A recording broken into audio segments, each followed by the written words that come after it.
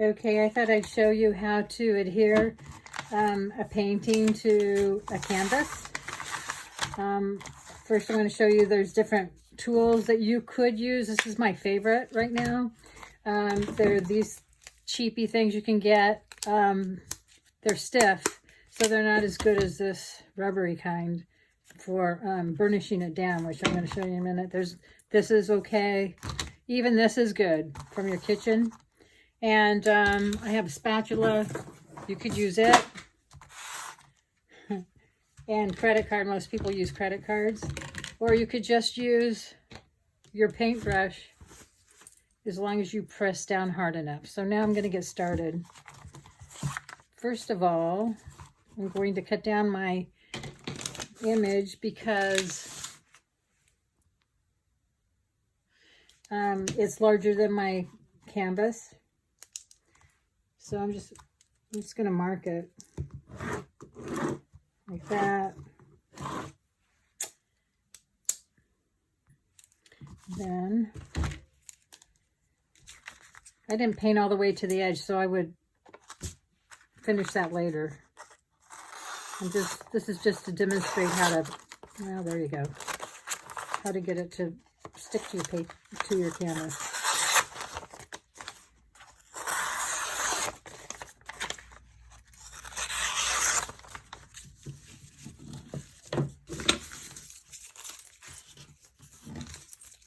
Okay, I'm going to cut this down more because I tore it. So some glitch there. Okay, so here's my canvas, and now this is, I'm going to cut it down a little bit more because when it gets wet, it stretches. So I want to make sure it's, for my purposes, I make sure it's smaller than the canvas. And I don't care if it's cut square or not. You can fiddle around and try and make it fit. It's not for me. I just put down however I can, and then I paint. I go back and I paint and make it match up that way. So here she is, and I'm going to be using matte medium. This is by Golden. Here's something that's important. Make sure you put plenty on, about that much, and get a nice wide brush, what I just had. And this is important. Make sure you get all the excess water out. Don't have any water in your brush to add to the medium, because you might make it a little unstable. And then make sure you get it everywhere. No dry spots.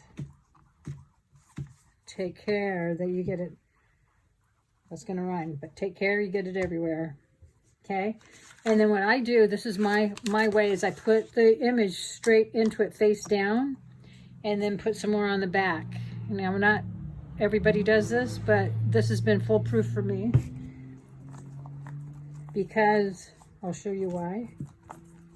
Okay, now I have it all over the back, and don't hesitate because it could glue down. And then I have it all over the front as well. When I pull it up, I have to be sure and brush it out again. Otherwise, I could have, you know, sucked it up and made another dry spot. So here's my piece now. My paper is pretty saturated. I'm going to arrange it however I want. I want to make sure she's standing straight up and not like tilted. I'm just eyeballing it. Okay, so I got it placed about where I want it. Maybe a little lower. And from the middle out, this is real important. You push from the middle out to the middle, down, middle out. So I've done a cross from the middle up, the middle down, the middle, what is that, east, the middle west. And now it's tacked down so that there's no bubbles trapped in the middle. I made sure by pushing from the middle out. And so now I can take whatever I want to use. I'm going to use this because it's my favorite thing. And do it again from the middle and push hard. Middle up. And then you can go around from the middle, always from the middle. This is not a great canvas, it's saggy, but my paper is on perfectly. See that? Now, if that bothers me that it's saggy later after it dries, I'll just wet the back and it'll shrink and it'll be perfect. So I can put the excess back in the bottle like that.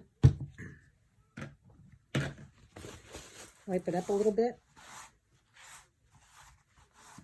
I don't have to because this will dry crystal clear.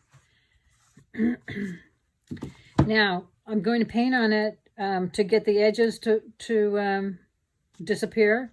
But the last thing, I'm going to tell you the last thing that I put on everything that I do is this varnish.